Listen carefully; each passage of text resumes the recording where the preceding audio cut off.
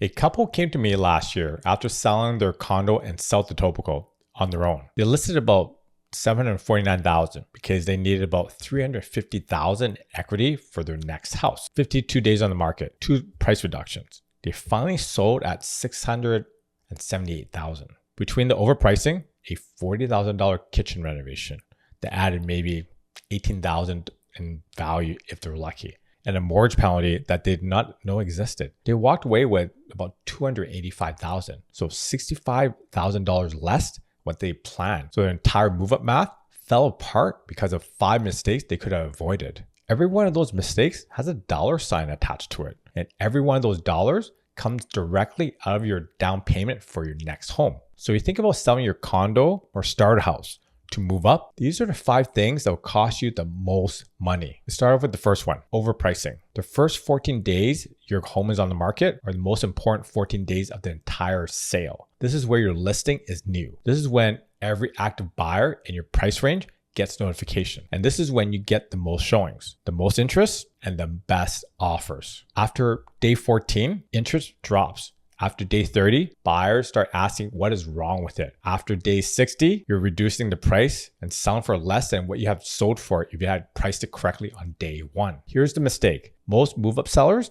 do not price based on what comparable homes sold for. They price based on what they need. They calculate their down payment target for the next house, work backwards to a sale price, and list at that number. The market does not care what you need. The market cares what the last 3 comparable units sold for. And if your number is 30 to 40K above that, buyers will skip your listing and go to the one that's priced correctly. I see this constantly. A seller lists their 2-bedroom condo at $749,000. The last 3 comparable sales in the building were, let's say, $695, $705, $710. That is about $35,000 to $50,000 gap between what the seller wants and what the market says the unit is worth. You know what happens? The listing sits. The seller drops to $729 after 3 weeks. Sits still. Dropped to $699 after 6 weeks. Now it sells, but at $680,000 or $685,000 because every buyer knows that this unit has been sitting. So you know what they do? Negotiate hard. If that unit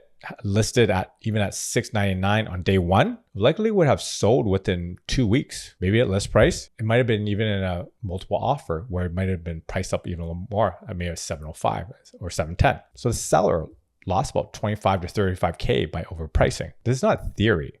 I see this pattern play out multiple times a year in Toronto. And here's the part that really hurts. Every price reduction is public. Every buyer can see the listing history. When a buyer sees a condo that started at $749, dropped to $729, dropped again to $699, do not think the seller is being reasonable. They think something is wrong. They think the seller is desperate, and desperate sellers get lowball offers. I had a client tell me they wanted to list high and come down if it did not sell. The strategy sounds logical, but it does not work in practice. The first 2 weeks are when the most motivated buyers are looking. If your price pushes them away on day 1, you do not get those buyers back when you reduce on day 21. They already bought something else or just move on psychologically. The fix, it's simple, but hard to accept. Price your home based on the last 3 comparable sales. And hopefully they were within the last 30, 60 days, not based on what you need for the next house. If the equity gap does not work for your move-up plan, the answer is not to inflate the listing price. The answer is to adjust the plan. This is the second mistake, and it's one of the most expensive ones I see. Sellers renovate before listing because they believe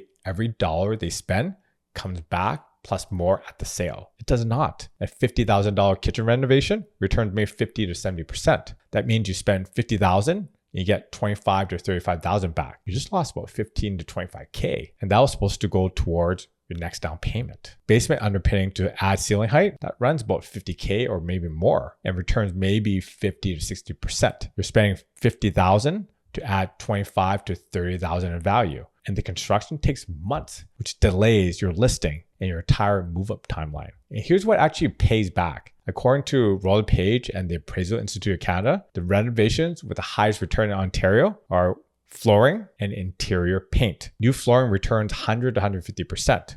That means a $10,000 flooring job can add $10,000 to $50,000 in value. Interior paint returns 60 to 80% and costs maybe about $10,000 for a full house. A minor kitchen refresh, think new hardware, new backsplash, resurface cabinets cost about $15,000 to $25,000 and return 75 to 100%. So the pattern is clear. Small, cosmetic, affordable upgrades pay back. Large, structural renovations do not. So you're spending $50,000 before you list, most certainly losing money. Spend $10,000 to $15,000 on paint, flooring, and deep clean instead. You get more of that money back. And here's the rule I tell every seller. Renovate to the level your neighborhood supports. A $50,000 kitchen makes sense in a $1.2 million home. It does not make sense in a $600,000 condo. You cannot out-renovate your location. This is the one that blindsides people. When you sell your home and pay off your mortgage early, your lender charges you a penalty. If you're on a variable rate mortgage, the penalty is usually 3 months of interest. On a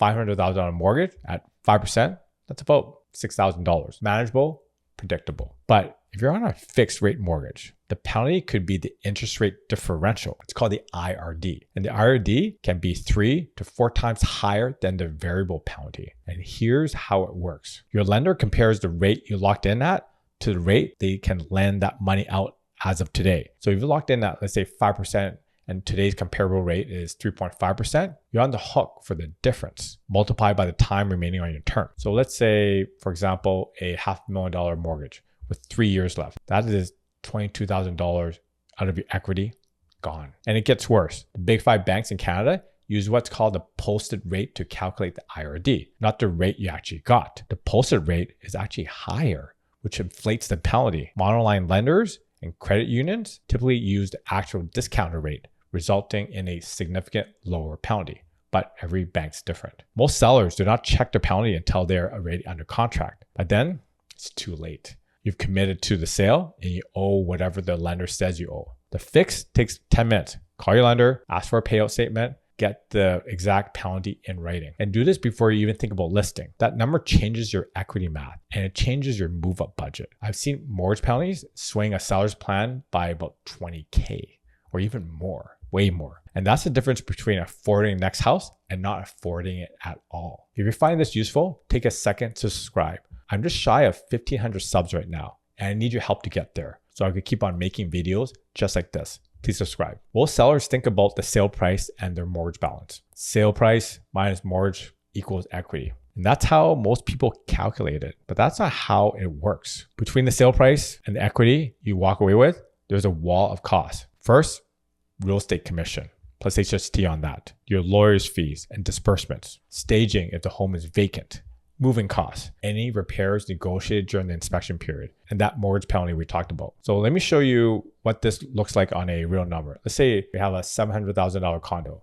You owe $350,000 on the mortgage. Most people look at that and say, $350,000 in equity. But now let's start subtracting. Commission and HST, that's usually the biggest line item so far, other than land transfer. Then your lawyer's at about $2,000. Staging, if the condo is vacant, $3,000 to $5,000. Moving, an extra $1,500 to $2,400. The mortgage penalty, we talked about, let's say another $15,000 for a fixed rate IRD. And that kitchen renovation, that return $12,000 or less than it costs. You add it all up, you walk away with maybe on average $280,000. So that's about a $70,000 less than what you expected. $70,000, that's not a rounding error. That's the difference between a 20% down payment and a 15% down payment on your next home. And it's the difference between avoiding mortgage insurance and paying it. It is the difference between affording the neighborhood you want and selling for the one you can get. Every one of those costs is knowable in advance. You can get a payout statement from your lender. You get staging quotes. You can calculate your legal costs. You can do all this math before you list.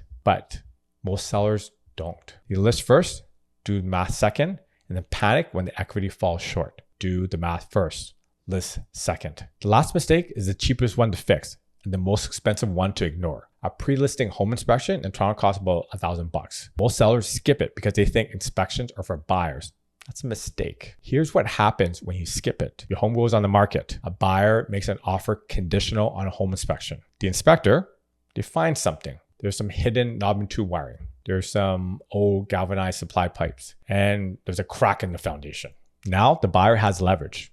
They either walk away or they demand $20,000, $30,000 in price reduction. You're 3 days away from the conditional deadline. You have no time to get competing quotes. You have no time to fix it yourself. You accept the reduction because the alternative is relisting, which means starting to clock over on day one with the listing that now has a history. So a $1,000 pre-listing inspection lets you find all this before a single buyer walks through the door. If there's a problem, you fix it on your own timeline at your own price with your own contractor, or you disclose it upfront and price accordingly. Either way, you control the narrative.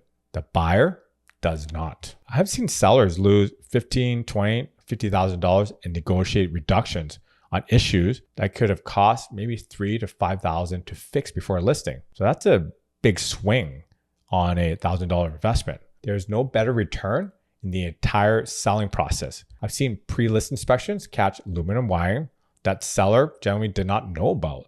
The seller had pigtailing done for about $4,000 before listing. If that had come up during a home inspection by the buyer would have demanded $15,000, $20,000, $30,000 reduction or walk entirely. $4,000 versus, let's say, $30,000 and lost equity, that is math. And here's the other benefit. When you hand a buyer a clean pre-listing inspection report, it builds trust. It signals they have nothing to hide. That confidence often translates into a stronger offer with fewer conditions. So in a market where buyers are cautious, that trust is worth real money. There's one more thing on the inspection. If you're selling a condo, you also need a current status certificate. That is a document that shows the building's financial health, reserve fund, and any upcoming special assessment. And other thing is legal issues. A bad status certificate can kill a deal just as fast as a bad home inspection. Know what's in yours before you list.